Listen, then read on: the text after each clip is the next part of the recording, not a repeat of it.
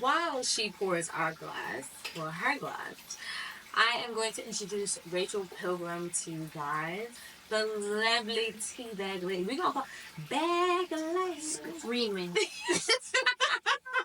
Oh my god, I had one of my best friends call me a tree nymph the other day. I was like, girl, hug them. Hug the trees. It's okay. Girl. We love it here.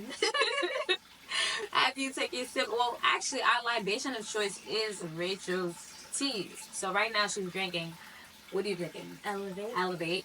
And I have a sample of everything. So I have Be Well, Elevate, and Journey. And they all here. I'm not going to lie to you. So go ahead. Introduce yourself to the people while I take my sip. Oh gosh, how do I start? Just tell people who you are. Well, I'm the owner of the Land of Milk and Honey Apothecary. And what? New York born, like raised, still living, Period. native. I'm not a transplant. Yeah. Talk about it. And I'm also a journalist, an herbalist, and the plant lady, I guess. But yeah, that's who I am. So we are going to go into a little bit of a deep dive with Rachel today because we just want to, pick her brain as an entrepreneur, but also somebody who recently has quit their full time and has literally just devoted themselves to their business, which is what we all inspire to do, but sometimes we don't always have the courage for. So, first things first, what was your first experience with tea? Oh goodness. I'm West Indian, so everything was drink some tea, go lay down. So, if I'm honest, I don't know. Like, it's just been a big part of my life. Yeah. So, I have no clue what my first experience with tea was. But my first time making tea was during COVID. Like, brewing my own, like, pulling all the herbs together and making my own was COVID. Biggest question, did you heal yourself during COVID? I mean, I tried.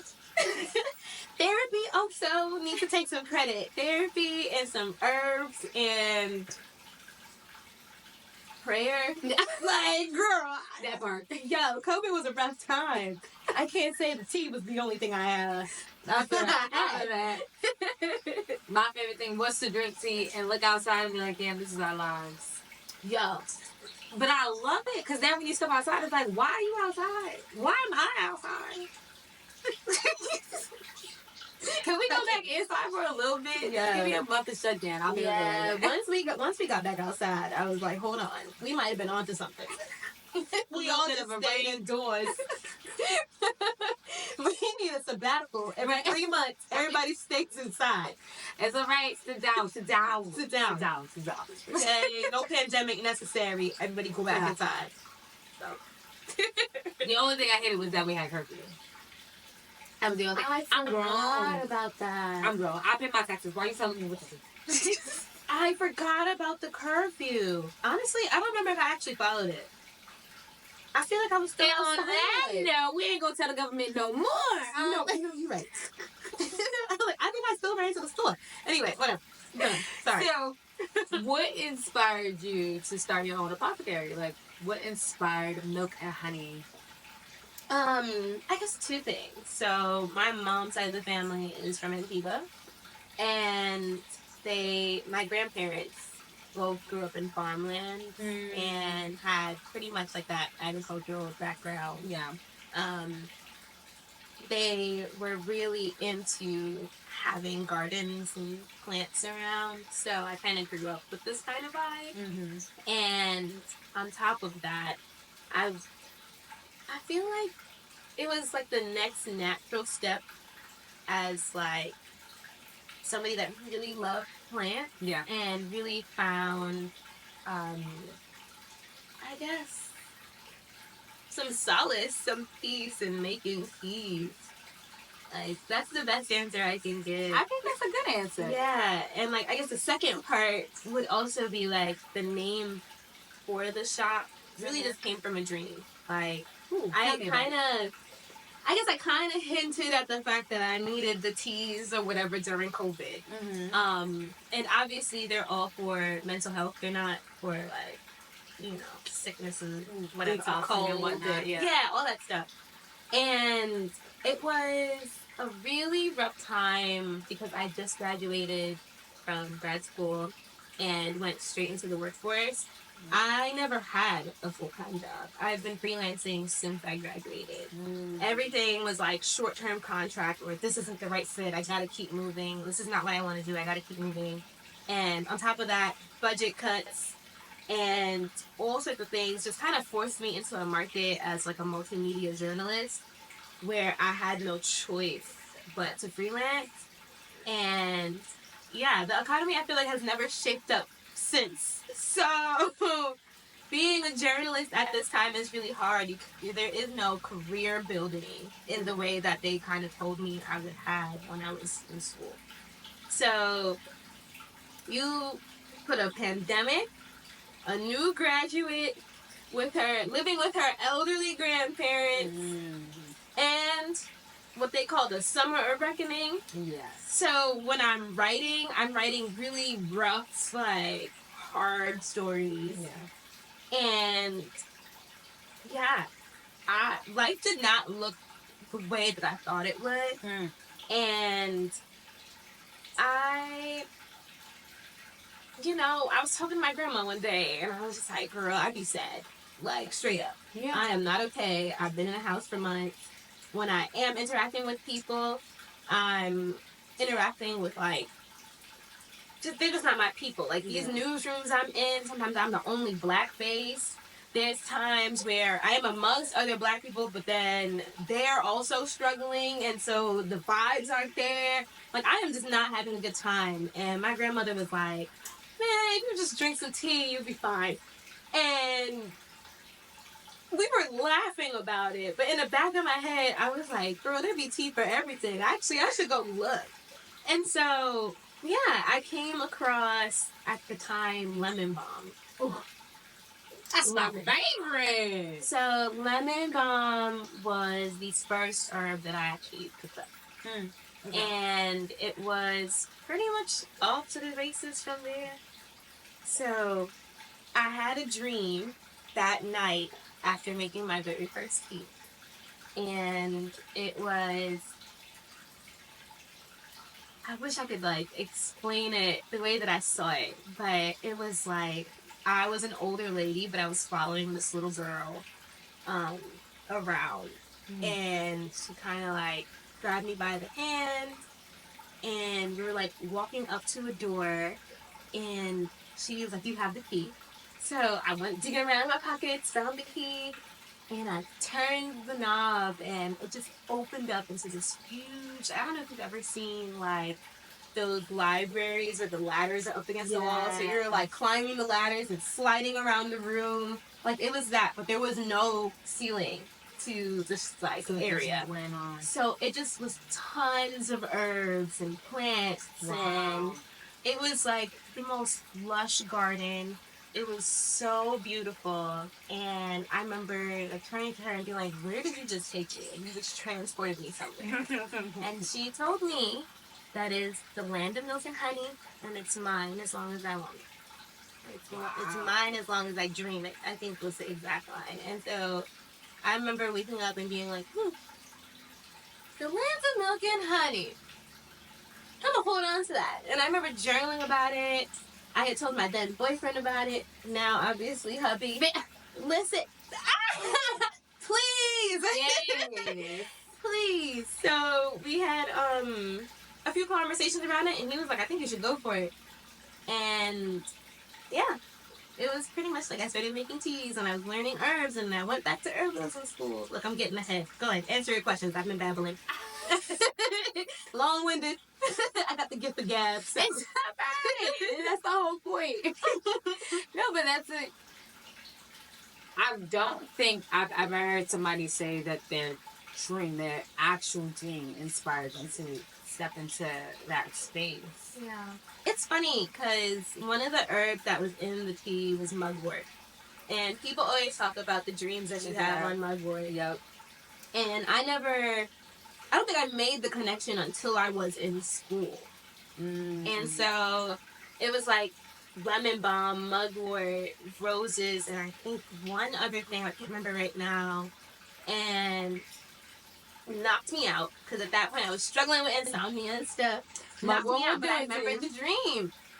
And so, yeah, it wasn't until I was in school and we were creating our materia medica, which is basically like every herb that you kind of come across or use in your daily life, you have to scientific name, contraindications, all that stuff. Gotta make sure that you're ready for a consultation, know when it's harvested, know all that stuff. Okay. So encyclopedia for herbs. Yes. You hear it. So, and every herbalist usually has their own Herbal materia medica. So, yeah, that's when I learned that people use it to have like really great greens. Yes. Did it by accident? Well, it happened. She drunk this up and now I am. All right, so tell us about that transition for working into, being a journalist and then going, all right, like, I'm done with this. I now want to do, full time. It never stopped. So my apothecary was always kind of like a community offering and not necessarily something that I thought I would go into full time. So I kept freelancing, and then I would do markets on the weekends and specifically during the summer. So during the summer, that's when I was like, oh yeah, I'm making all my teas. And then at the time, now it's just teas and incense. But before then, it was salves, body oils, balms, all that stuff. I was doing everything. And yeah, like, I don't think I'll ever stop being a journalist. I, at this point in my career, have tried to find a way to blend both of them. Nice. So a lot of the time when I am looking to pitch something, or now I just open my own media company, okay? As you throwing a little sprinkle just to make sure, okay? Because I'm a multimedia journalist, so I love to do everything and anything. So, everything and anything, jack of all trades, master of none. That's exactly what I was about to say. Okay, master of none, but it's always better than just being a master of one. Anyway, so I opened my media company with the idea that at some point my apothecary and my media company would work together, and they're actually about to. So, nice. About that later. No, speak on it now. We might as well talk it now. So I have a flagship show for my company that I was able to like hire some Black women to work with me, and basically I'm so excited.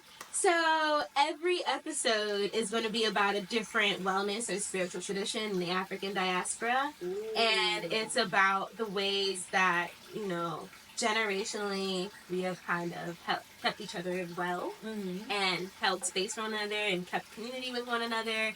And I have been trying to pitch this show since like 2021. And it has just been, again, I talked to you about the economy and the budget cuts, and there were deals where people were ready to sign, studios are ready to sign, and things would fall through. And eventually, I was talking to one of my mentors about it, and she was like, I think it's time for you to do it yourself. Okay, mentor. Yo, shout out to You Had Me at Black, Martina Abrahams-Alunga. Yeah, Martina. She was on me to get it done. And yeah, so we're fundraising for the show still, but we're gonna do a listen and sip event. So my two companies are gonna come together. That's beautiful. And yeah, I get to talk about my herbalism journey on the show and talk to my grandma. And it's gonna be so fun. It's going to be so fun. Wholesome moment. I love it. I know, yes. So the Listen and Sip is happening Juneteenth weekend. Okay. Get it on y'all calendar. Where are we popping out to? We don't know yet. We need an event space. Okay, we'll have a location soon. To a location soon, but just know it's happening. Y'all will know. That's great. But I'll cheers to that. Cheers to that. It's the fact that we thought about it at the same time. It's so hard to celebrate your wins in the moment. That has been something that I have been struggling with. I was gonna say that has to be one of your challenges as well. Oh, God. Being an entrepreneur, and I think it's everybody's challenge when being an entrepreneur is that you don't understand when to celebrate your wins, and you're just like, okay, I did this, now on to the next. It's like, no, no, no. Take the moment, sit there with the moment. You got there for a reason.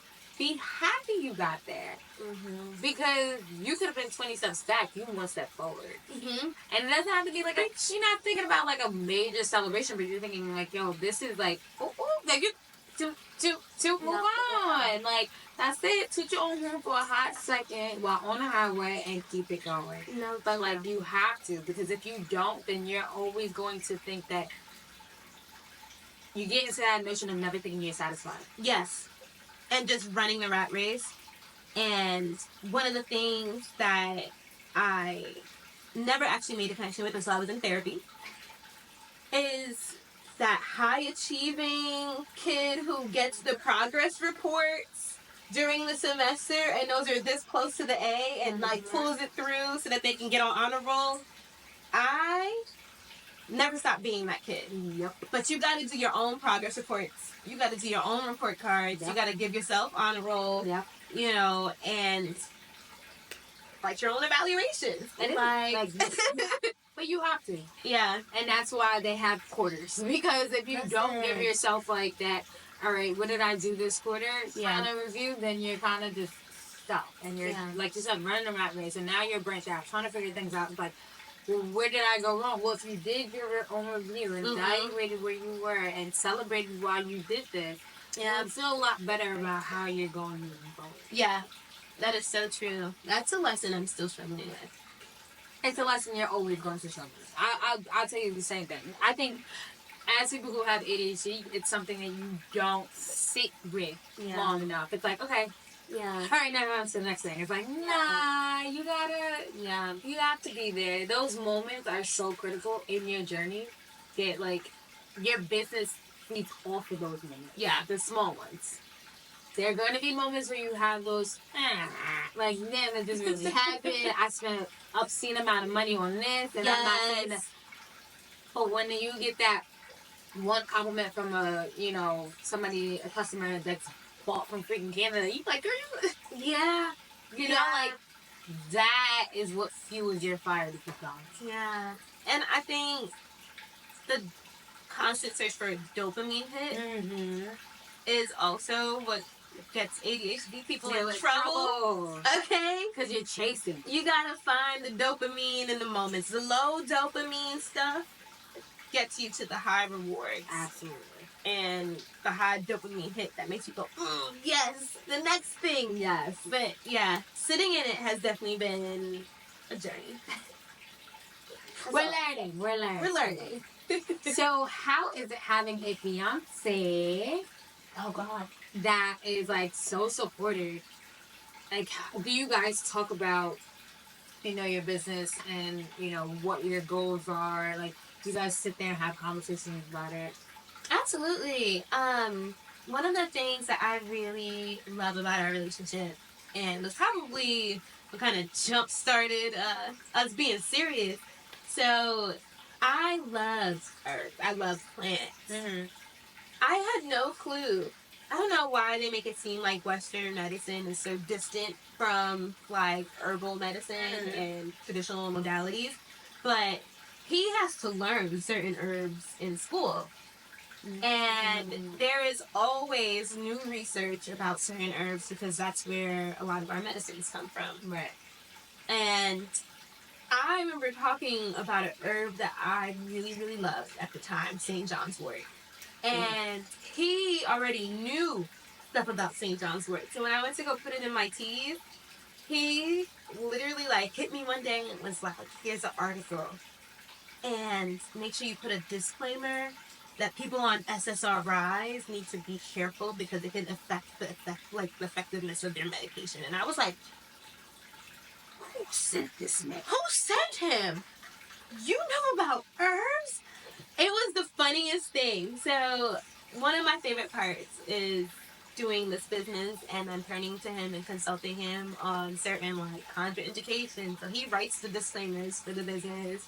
When I did my Go ahead, John. Okay. When I did the lead magnet, which is basically like, captures people's emails, gives them their discounts and stuff on the website when they sign up. He was like pouring over the document. He was like, this works, that works, this works. You did that, babe. And I was like, ah! Like the confirmation, the affirmation felt so good. And that's genuinely been like what our relationship has been about. I think I've seen Western medicine work at the same time as traditional medicine. My grandma was a nurse. So seeing it now in my relationship, I'm like, this is home. Fulfilling. This is home. So that's great. And the reason why I asked is because I had somebody reach out to me that was watching my podcast. That's a guy, and he was just like, I'm watching my girl become an entrepreneur, but I don't know how to support them. And I was like, okay. So that question will now be in my in my interviews, because I feel like if you do have somebody that is so supportive of you, we have to find positive ways to spread that support. Yeah. But also help men understand, like, all right, this ain't gonna be high mighty moments all the time. There are going to be moments where I'm low. There are going to be moments where I don't understand, and you just gotta ride it out with me. Oh God, yeah. I have so many things. I have so many thoughts. But the first one I will say is there is no better feeling than watching him be interested in what I'm doing and asking questions. Sometimes it's not even about like somebody jumping in to save you. Sometimes it's just about those small moments of just like being seen. Yes. Like absolutely. I absolutely love when I'm like making blends and before the rebrand, and I was changing the recipes and figuring things out and taste testing. I had this entire kitchen looking like a mad scientist who was running through it on crack. Okay? And he came out and was like, that smells really good. And I tried, like, what's in this one? And it was like, he just got off work. He works nights. Like, it was gonna be basically like his day off. He was coming off night shift, so he stayed up and was hanging out in the kitchen while I was like mixing things up and taste testing and going, I don't know about this one. Try something else, or like change this herb. Actually, you should take that back out. I don't think I liked it as much. And so it was just beautiful to have somebody see me and then join in on what I was excited about. So, I love that. Hopefully he is interested in whatever his girl is doing. So we don't want him out there, but yeah, I'm like, make sure you join in, get in that kitchen with her. Make sure that she feels seen. Make sure she feels heard. Yeah. And even though it might be annoying, she might be making a mess, she might be doing all these things, it's because she sees the future in what she's doing. Exactly. And hopefully y'all can pour into that future so y'all go. Listen, there are so many ways that he shows up, not even just in seeing me and trying tea. There's been times where he's like invested in my business, or like he's the one that bought the trademark for my business for Christmas. Okay, 2 years ago. Okay. Started the trademark application for me and then I finished it. So things like that where I don't have to beg or ask him to show up, and he'll just show up. Initiative. So, Be a John. Be a John. Be a John. Okay. That's all we have to say. Now, speaking of the rebrand, what made you want to do it? Like, what was like, you know what, I got to rebrand? I felt like the shop no longer aligned with why I started it. And something about it didn't excite me anymore. And on top of that, I was at a point where my last contract ran out. My mentor was like, you need to do that show. And my apothecary was basically funding my week at that point. So I was going to the markets on Sundays and then making stuff, hanging out, packaging, going back next Sunday. So it was one of those things where I was like, I'm not even enjoying this, and I'm not even doing, journalism, and I don't even know if I want to be this kind of journalist anymore. I feel like I want to be something like black. Gotcha. For lack of a better terms, but the things that I was interested in no longer aligned with what I was doing for work. In my apothecary, in the audio space, in the multimedia space, none of it. So, yeah, it kind of just came time for me to just figure out what was the reason I opened it. And it was to support people and to make community.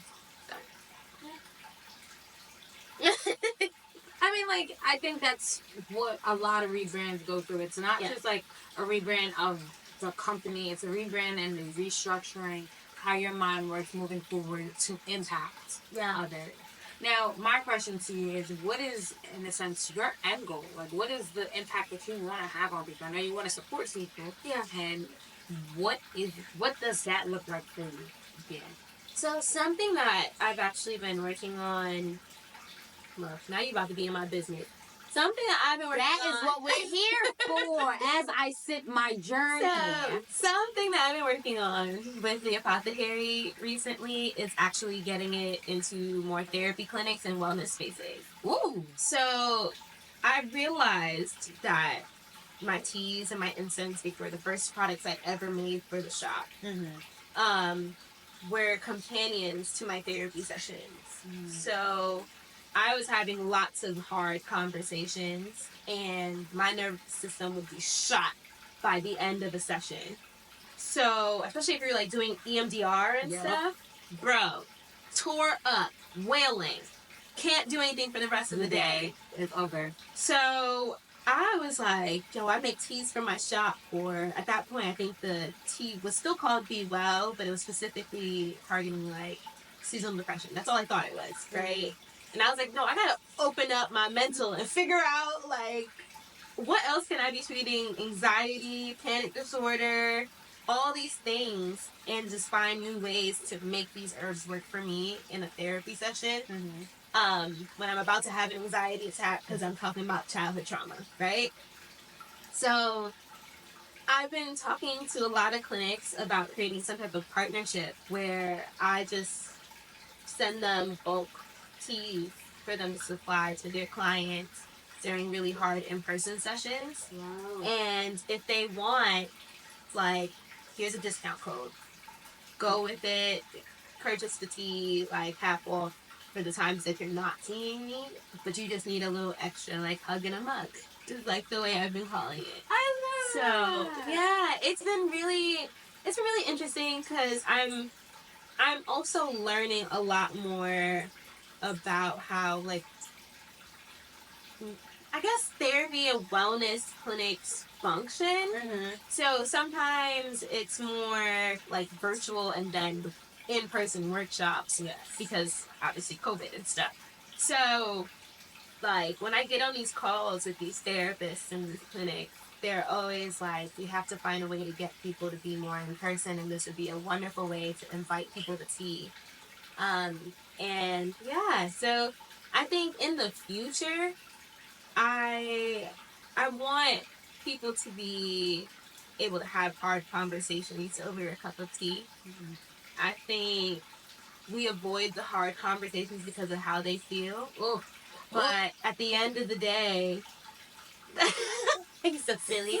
At the end of the day, though, like, that's all that matters in the end, right? It's not the money, it's not the cars, it's not the house, it's the relationships and the people that will attend your funeral, Jesus, and like, right? Like, the people that show up for you and how you show up for others. And what better way than to encourage people that hard conversations and hard moments and tough times can not feel that bad, or you can recover. You can recover from them if they do feel bad. Yeah. And yeah, like nervines, adaptogens, they work for you. They do. They support your nervous system. They hold you. So I feel I'm elevated. You joking? I'm so serious. Girl. When I walked in here, I was a pot of mess. Literally was a pot of mess. I could mine was scrambled, chaotic morning, and since I've been drinking the teas, I feel myself a little bit more, all right, relaxed, and not just because we're having this conversation, but because I'm just all right, I could breathe. I could take a second. I can feel a little bit into my body versus being in there and being all right, so I'm in, you know what I mean? Right. It's more soothing, and I think you're absolutely right. You don't hear about teas that are going to help your mental health. You hear about teas that are going to be detoxing or, helping with your skin. What about your brain, though? Because your brain does all the work. Yeah. Your fight or flight response. Girl, I'm good for a flight. I'm good, okay, an email used to send me off. A Slack notification? Yeah. Through the roof. Okay? It's to whom this may concern, it don't concern me no more. Okay. Okay. But it changes. It changes. What you put into your body changes what your output is. Mm-hmm. And a lot of people tend to forget that. And I think you putting this in therapies and wellness centers can be phenomenal. And I'm going to actually connect you with somebody as well. But I love that. And I think that's a great way to impact. It's not just hey, I want to make a business out of this. I want to make sure that what I went through, other people had support. Mm-hmm. I love that. I love that, Rachel. That is wow. I appreciate you. We like her, right? We like her. Look, y'all better. I'm giving people tea. No, but not them. You better. And we clocking it too. Okay, so my last question to you is, and I know I didn't give her any background. I didn't give you any background. Oh, shit. I just kind of Let me prepare. The first thing she said was, do not ask me any hard questions. And I don't ask hard questions, but I know you got monkey brain like I do. My question to you is, what song is in your current vibration? That's a good question. There is a few. Do you know that song "God Is Good" by Jonathan McReynolds? Yes. I find myself humming that all the time now. It has been, yeah.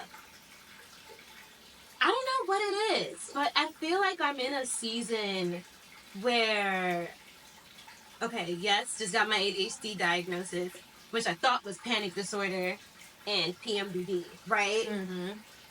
Then, we're wrapping up the production on the pilot for my media company, and that was kind of the culmination of a really tough journey of pitching and, deals falling through and all of that. And then my Apothecary, being able to breathe life back into it and have people respond really well and have therapy clinics be absolutely, that sounds beautiful, we'll make a tea station, and all of those things, people purchasing and then writing me and saying this was the most amazing cup of tea I've ever had, things like that. The season that I feel like I'm in feels so intentional, but also that line about may your bad days still show that God is good all the time. Okay? I've been through a lot with both my careers. Mm-hmm. The Apothecary, as a journalist, and it's my season, I think. It is. So, ain't no thing. It is your season. Okay, so I've been singing that song a ton. And I feel like God's will put in a little bit more and more as you get older. Because it's okay, Jesus, you talk to me. Oh, God. And I love it. I've turned into my grandmother. I'm drinking from her china, and I'm humming all the time. It's just crazy. I do the bop. Out here. Yo. I just doing the bop with the music. Sway, the sway and the rubbing the legs. Yes. Mm-hmm. I'd be who am I? Like, oh man. So yeah, that's been. It goes to show you generational curses and trauma can end somewhere, and then you can take up the bits and pieces of where your life was and what you loved about it and create it as your own. We always talk about the generational curses, but the generational blessings has definitely been hitting for me a lot in this season of my life. Honestly, for the last 5 years, when I think about the plants, like who would have ever thought that they would have been, something that would, I don't know, in the end heal me. They were always around, but I'm in a space now where I get to share it with other people. Yeah. So, yeah, I don't know. Generational blessings needs to be a hot button topic the way generational curses are. How are you carrying through your generational blessings? Okay, we're ending curses. But did you, dunk the blessing that your grandma gave you? Yeah. Okay, have some follow through. Hit the alley-oop and stuff. Anyway. It's the basketball terminology. I live with a man. I know. It sucks. It sucks. Every time I catch myself using his lingo and stuff, I hate it. It's like, I hate it. I don't even watch basketball. I went to my first Knick game with him. Anyway. Oh, hey, never been to MSG before. I'm crying. Anyway, sorry. So guys, that wraps up our episode of Libation and Vibration with Rachel, talking about being intentional in this season and making sure and ending off with our generational blessing. Generational blessings. And I think I'm gonna hold on to that for the rest of the day and think about that, because that's a lot, but it's also great to hear. So I hope you guys enjoyed this episode with our wonderful Rachel Pilgrim. Till next time, cheers. That was so fun. I really like Journey. I like Elevate, but I think it's the hibiscus in Journey because it's a little sweet on the palate.